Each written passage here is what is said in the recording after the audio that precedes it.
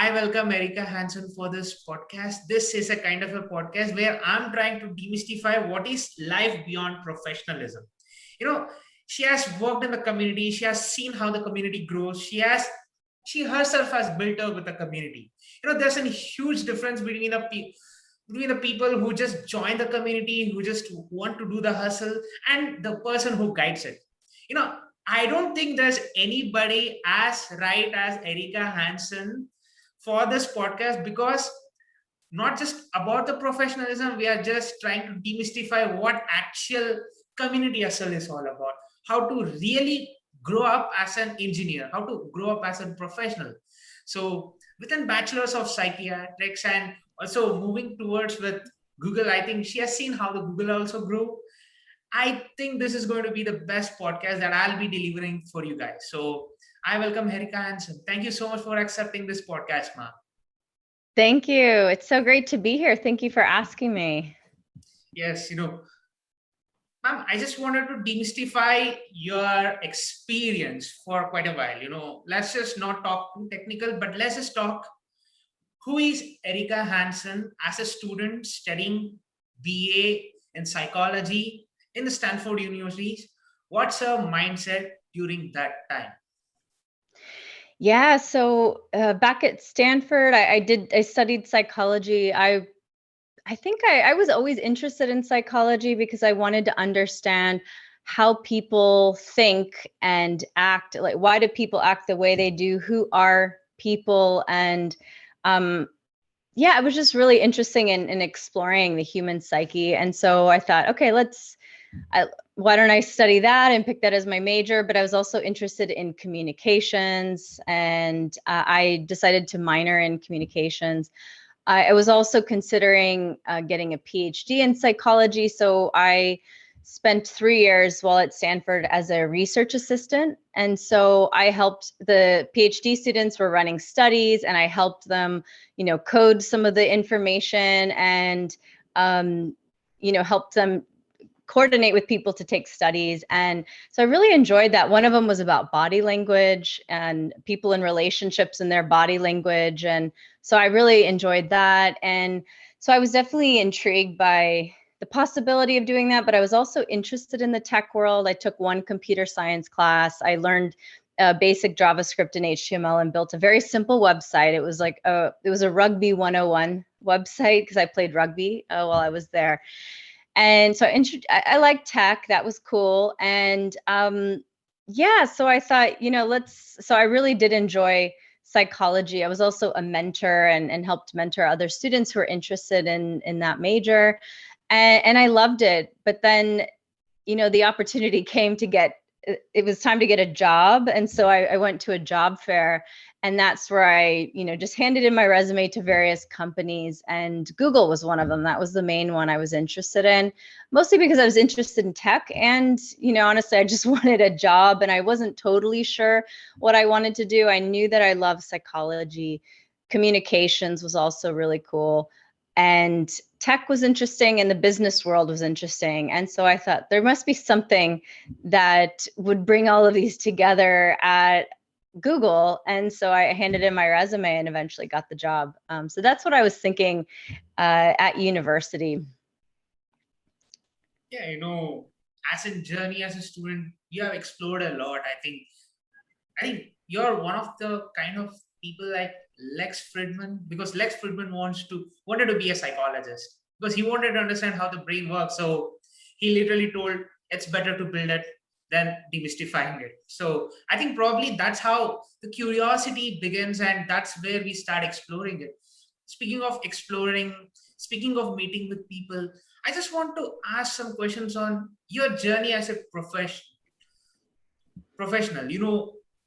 You come from a background which is non-tech, but you were hired into a company which was completely doing tech, and it was a budding company. It was no less than any company which was growing during that time. So did you have any professional shocks which said that, okay, this might not be for me, I chose the wrong one, but how did you overcome that? Overall, I just want to ask your journey as a professional. Yeah, definitely. So the first job I had was more of an entry level job, and it was in customer support. And so even though I worked for a technology company and was really interested in the technology side, I first started in the business organization. And so I felt a bit removed from more of the engineering tech side, which I eventually joined later, which was, and I can get into that eventually. But at the beginning, I was in support. And so basically, I would answer the phone. If anybody called Google, there was a general 866 phone number and anyone could call. It was supposed to be about their advertising account. And so I'd help them with their any questions about their advertising account, also help them with some marketing strategies. But I was answering phones. I also got lots of questions about the internet in general and just how the internet works and computer issues in general that had nothing to do with Google. And the answer is usually clear your cache and cookies. And so that was interesting just to hear from people all over what questions do they have about not just their account, but the internet. And so I found that interesting. And eventually I started to have clients. So I worked with people with clients who had advertising accounts with Google, helped them with their marketing strategies, answered questions. And eventually I started working with agencies as well with all of their clients and their marketing strategies. And so for 4 years, I essentially was in customer support and sales. And so I enjoyed that. It was a good experience. It was a lot of, relationship building, talking to people and helping them with their strategy of their business, learning more about their businesses and seeing how we could support them. And so that was 4 years. And I was also doing side projects and trying to figure out, okay, what am I good at? What am I passionate about? What do I like doing? How do I want to spend my time? And that's when I realized that my side projects were basically that's where I was deriving the most, interest and passion from. And one of the things I did was I got to go to India actually for 2 weeks and led a training there. And I set up a guru program where our teammates were helping. Everyone, not everyone, but a number of people became gurus and had an area of expertise and were helping our other teammates. And so I thought, okay, I like this. I like, project management. I like training, and I enjoy traveling and working in different Google offices outside of where I was at the time, which was San Francisco. So that's when I realized, okay, I like project management and all the things I mentioned. And then a job opportunity came up in London. And so I applied and I thought, this is interesting. I didn't think about moving, but I'd like to live in a different country. So I applied and I got it and I moved to London, and it was sales operations. It was basically project management work. I was managing projects and trying to support our sales teams. And I helped on some tools, internal tools that we used. And it was basically project management.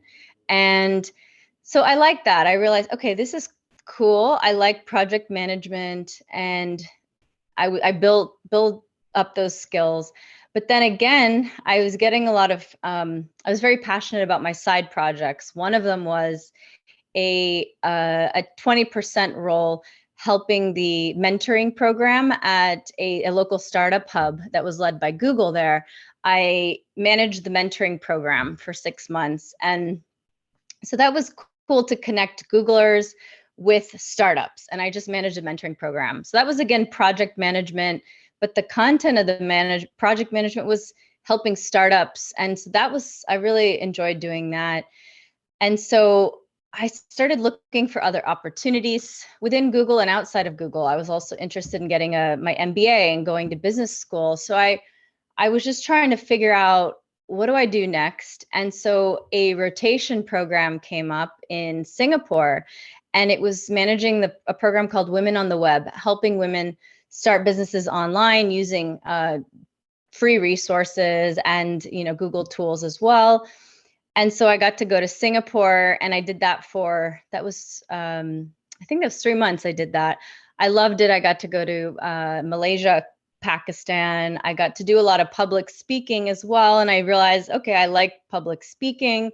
I did a lot of project management, realized, okay, I love this. And the content of what I was doing, working with women, I loved it. So a job opportunity came up doing something very similar and in Singapore, and I applied and got the role. And so I moved there. I didn't necessarily want to leave London. I loved London and I wasn't ready to move, but I said, I'm going to move for my job and it'll be a new experience. And so I moved to Singapore. I spent 4 years there. I joined the developer relations team, and that's when I shifted into engineering. And so it was great. The way that I got there was through this program because I'm not an engineer. I've taken one computer science class, but I joined because I had a program management, project management experience. And so I had those skills and I was already doing the work, and they saw, okay, you have 3 months of doing something similar. And so they accepted me, which was great. And so then I was able to learn more about the technology side. It was cool to see, okay, what is the technology behind some of these products and tools? And I loved learning more about the engineering side. And so that was different. And so eventually, a lot of my teammates were more technical. I ended up taking an Android, a course on Udacity, Android for Beginners. And so I built a very simple app and did not launch it, but I got to practice. And so that was cool, learning some Java. And but that was my experience. And really, I had to double down on, okay, what am I good at? I know I'm not technical. It would help if I was, but I'm not. So what am I good at? And so that's when I just really improved my program management skills and figured out what are the ways that I can add value to the team. I had been building up my leadership skills, my collaboration and teamwork skills. I think that helped. I was really into storytelling and showing impact through stories and not just numbers. And so I was very interested in finding impactful, inspirational stories. And so that was a bit different than other, and we were able to film some of these stories as well. So that's how I was able to kind of show and add my own value. And so I managed programs in Indonesia. I was focused. I started an Android training program. It was called Indonesia Android Kejar at the time. I was working on an accelerator program for startups, and then eventually I brought the Google Developer Student Clubs program to Indonesia. It's a community program for university students. I could share a bit about that as well. But yeah, I was able to really grow that program. And after that, I started to work with students a bit more, and I brought the Google Developer Student Clubs program to Indonesia. And that's a community program focused on university students. And basically, we pick student leaders who set up clubs on their university campuses, and they train other students about technology. They might run Android workshops or talks on machine learning like TensorFlow. And then they build projects that solve local problems in the community. And so I really enjoyed that program. I pushed for it to be global. And so that ended up happening. And I got a chance to move to New York. And that was 3 years ago. And so now I was able to really focus on that, the Google Developer Student Clubs program globally, which I loved. And I was able to scale it to more countries. And it's been really great to see it grow now to, there's 1,265 clubs on university campuses around the world, and in 106 countries. So it's been really wonderful to be able to work on a program globally. And one part of it I loved was the solution challenge. It's a project competition we run every year. This year, students focus on the United Nations Sustainable Development Goals like gender equality, climate action. And so students built projects that solve for that. And so I'm excited to see who the winners are of the competition. We just closed it a couple weeks ago. So that's been really rewarding. So that's been my career journey. Now I'm in New York. I love it here. It's getting a bit warmer here, which is nice. And it's been fun to live here and continue to develop my career journey and learn a lot along the way. So it's been quite a path. And that's basically 14 and a half years at Google. It'll be 15 in September. So it's been a fun journey. I just wanted to ask you, like, you you have a bachelor's degree in psychology. Do you really recommend every people must know a form of psychology, like a part of psychology, to just get to just have that benefit of working with people? Do you really feel that psychology can really help people? And do you recommend people to study a little on psychology? Because I had a guest called as Amita Kapoor, and she had told me, you know, there's a subject called as psychohistory where it speaks about all the different things that we are trying to build today. Psychology has been an influence even in my life. Many people, like my neighbor is a psychologist. I just love the way he talks, the way he presents himself. Do you really think that everybody to some extent should have a knowledge on what psychology can be in their life? Yeah, I think for me, psychology is fascinating, and there's so much to it. I mean, in college, I learned a lot of theories and studies, and that was interesting.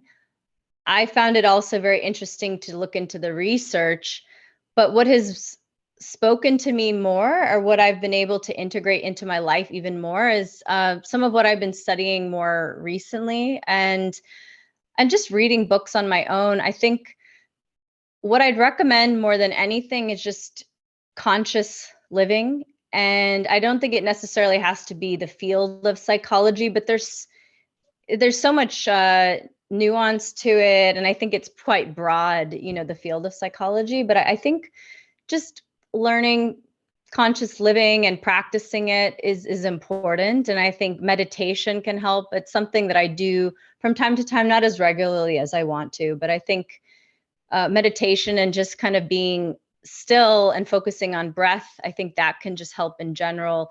Journaling, and why journaling? For me, I think it's a form of reflection, and just noting down, what am I grateful for? I think, when you practice gratitude, that helps with resilience, and you kind of think of okay, in the stress of life, or if I'm feeling really tired or frustrated, let me take a step back. What am I grateful for? What's working?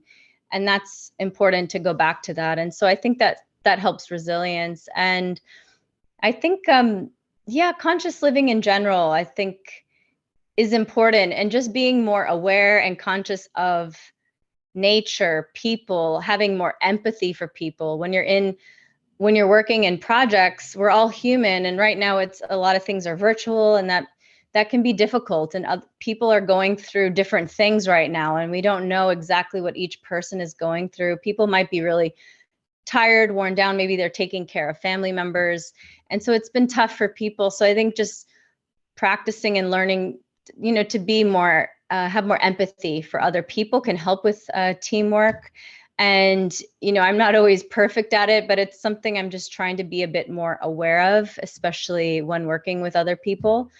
And so I think psychology can help, but in general, just taking time to pause, taking time to go for a walk during the day, and just realize, how beautiful it is outside, and just be curious about having conversations with new people that you might not know, and just being curious about people and their stories. I think that all really helps and is part of psychology in its own way. But I think a lot of it is, just really being more conscious and aware. So that's something that's important to me, and that I've been focusing a lot more on for the last, few years, I would say. Yeah, your journey is more fascinating. I think probably, you have met good amount of people, that's for sure. But I want to ask you this one question, like, who are the most influential people that you have met in your life, as a professional, as a person, as a student? It can be anywhere. And how influential are they in bringing out the same Erica Hanson that we have today for the world? Yeah, I think there's been a number of people. I'm trying to think of the most influential and helpful and supportive. There's been people I've met through work. I'd say one person, Jansen, when I was working in Indonesia, he was someone that I collaborated with him and his company Keybar quite often.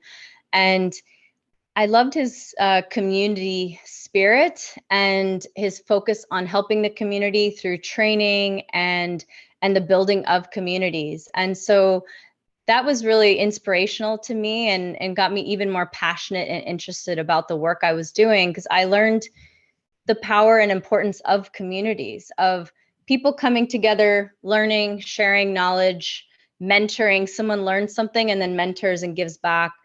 And so I really liked what he had been doing in his communities. And eventually, I was started to go to a lot of startup and tech events, and I I went to one tech event where I met someone who was interested in starting a community for women in tech. And so we said, hey, why don't we just start one together? And so we started Geek Girl Meetup Singapore. It had existed in some other countries. We brought it to Singapore, and I worked on that for 3 years. We basically started a community. We had a core team. We worked together, thought about, okay, what content should we share? A lot of it was around startups and design thinking. And it was really fun just meeting other people who wanted to learn. And then other people made connections and did stuff together. We did a 3D printing workshop. And so that's when I really got excited and interested in communities. That's also what is my job is, but starting and leading a community, I was able to just learn, what is it like to build a community? And I'd say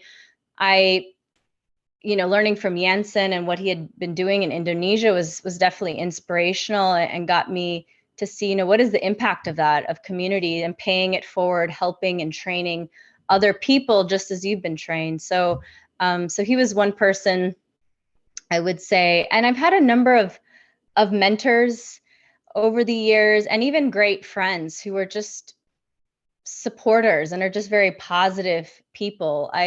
When I moved to Singapore, I have a friend who, sorry, not Singapore. When I moved to New York, she just was a great connector and connected me to some women's communities here. And I joined a group of women in one community. She got me involved in Women at Google, helping organize events. And so people like her who just are connectors and encourage you and say, hey, like, I think you'd like this, or why don't you meet this person, or keep going, great work, and just positive friends, I think has always been encouraging and helpful along the way. So I really value, all of my friendships and having those positive friends who've supported me along the way. And I mean, all of them have been great. So those are a couple people that come to mind. I just want to ask you, I know you have a very hectic day, and thanks for giving such a great podcast also. But like, even though we had some technical issues in the middle of the podcast, I just want to ask you one question, like, what does a day in Erica Hanson's life look like? You can talk about your day as program manager at Google, and as a person, what does an Erica Hanson's day look like? A day in Erica Hanson, what does it look like? Yeah, I would say the day starts out with, I like to go outside if I can, not every day, but when, this morning I did. And sometimes I walk to get a coffee at a local coffee shop. And mostly it's just because I wanted to go outside. When I start working, I know everything has still been virtual, but usually I'll take some time to plan out the day. My day is mostly full of meetings, actually, and meeting with teammates in other countries, especially. So I am focused on the Google Developer Student Clubs program. So I meet with my teammates who manage this program in other countries, and we share best practices. How is it going? What can we do to improve? And I get feedback from them, and so we come up and we discuss new ideas and what's coming up together. And so there's a lot of those kind of collaboration meetings, sharing of best practices. And then it's always nice to have some time to just work on projects.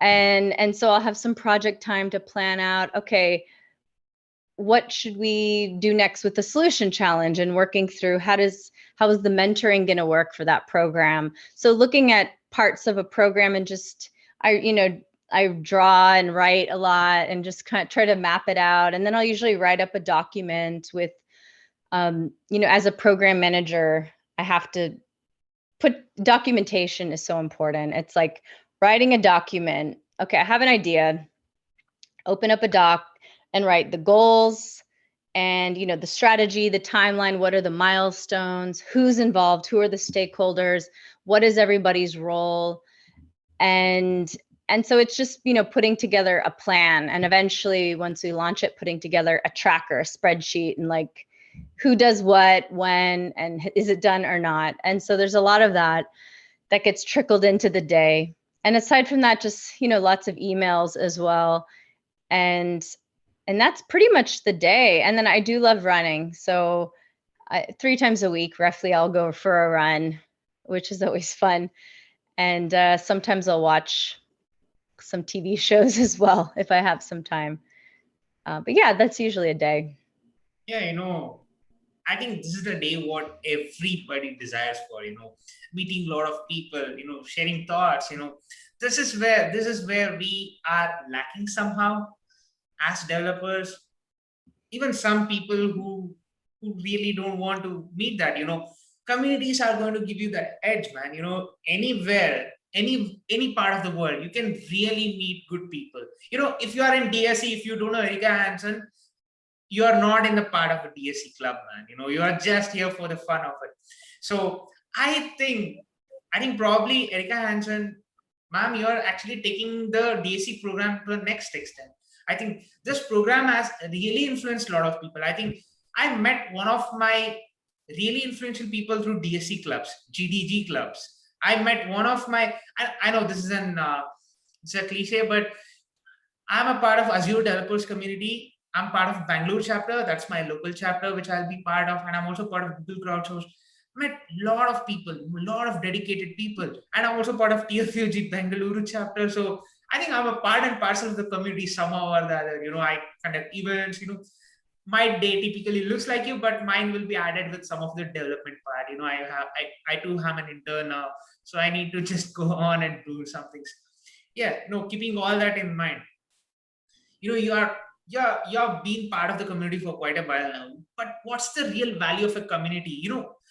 Value of community has been misunderstood by a lot of people. They think that as soon as you join the community, you are good enough to get a job. As soon as you join the community, you're good enough to have good references. As soon as you join the community, your life is settled.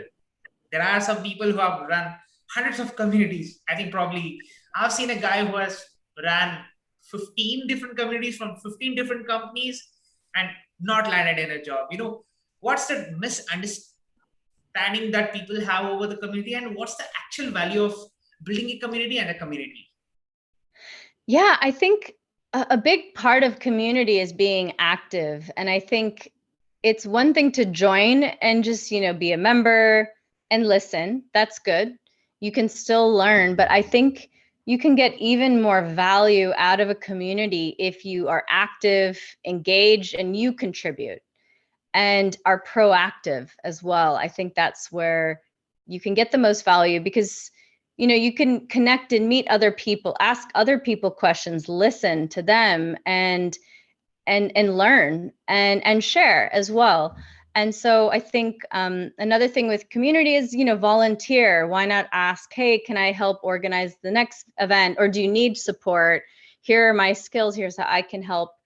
Would you be interested in me helping? And getting more involved. If you have an expertise in something, offering to speak at events as well, proactively, or maybe join panels, or maybe be a mentor to other newer people in the community, or maybe having new ideas. Hey, have we thought about this? Or maybe we should have a mentoring program for the new people who join, who aren't as experienced in technology. So coming up with ideas, actively contributing, I think is better than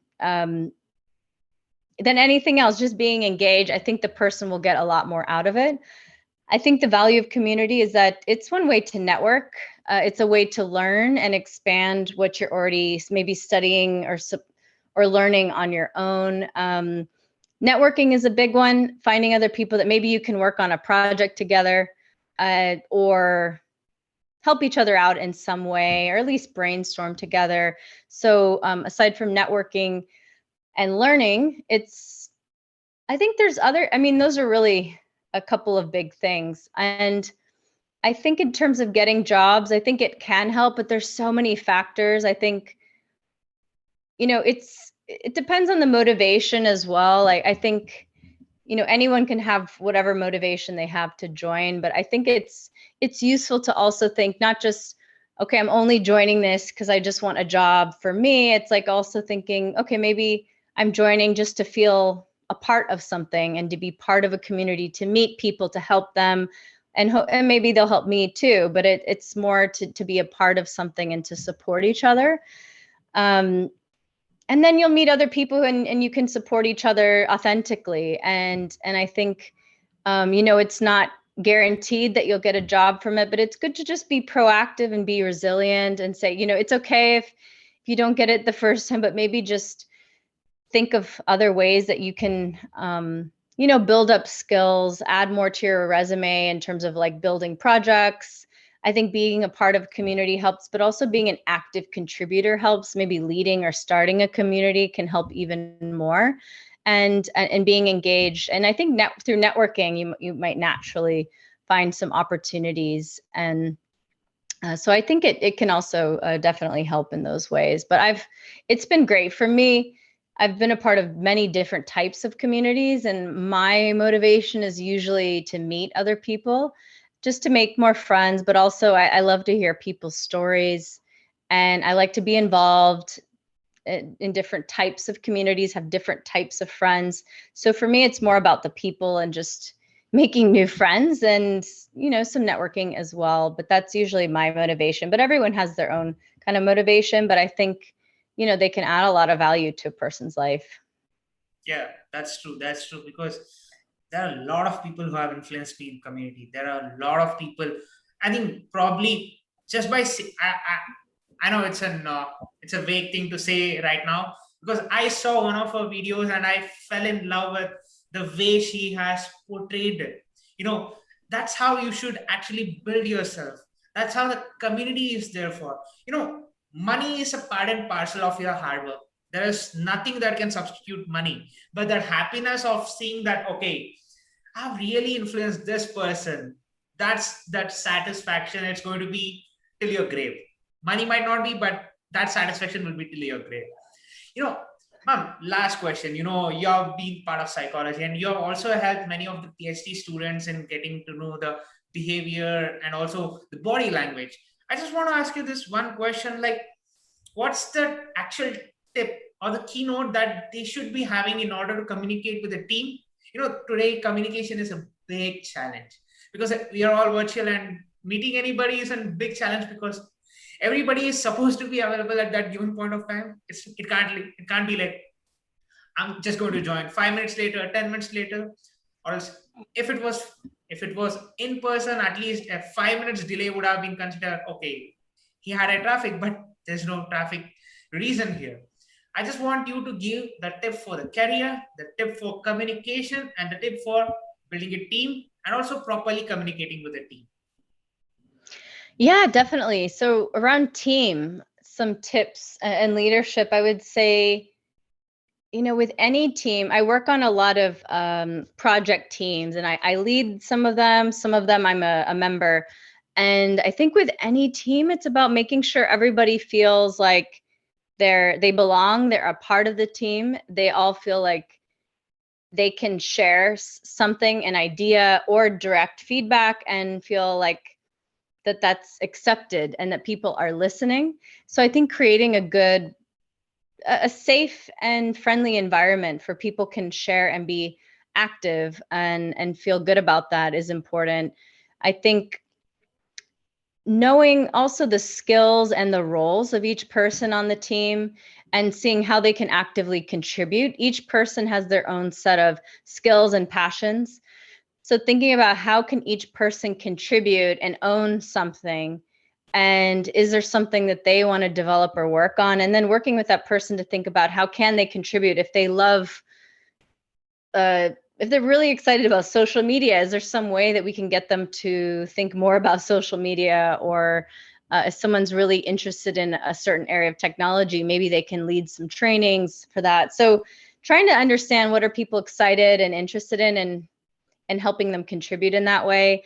And another thing is making sure to thank people and to have gratitude at the end of a project and during, just recognizing people, thanking them for their contribution, and making sure, yeah, that you recognize their role and what they did to make the project a success. And then if the project is a success, to celebrate with everybody. And I think, and if it wasn't a success, that's also good too, because you learn from it. But it's good to have a bit of a retrospective, like what went well, what didn't go well, what are we going to change for the next time? And no matter what, always thanking everybody for their work along the way. So I think with teams, that's important. And it's helpful to, right now, things are virtual. So it's good to check in on how people are doing and learn more about who they are, learning more about, their dog, and seeing their dog on the screen maybe sometimes, or asking them how they're doing, what did they do over the weekend, if people are comfortable with sharing that, and just getting to know people outside of just getting straight to the project or work. So I think creating a friendly, collaborative environment where everyone feels like they have a voice, and thanking them after, is some of the tips I have, and what's helped in terms of working in teams and being able to collaborate in an effective way. Yeah, thank you so much for this amazing podcast, ma'am. This is probably the greatest 1 hour of my life, waiting for it. Of course, having the best time of my life. Thank you so much. Thank you so much for this amazing podcast. Thank you. I've enjoyed being here with you. Thanks so much.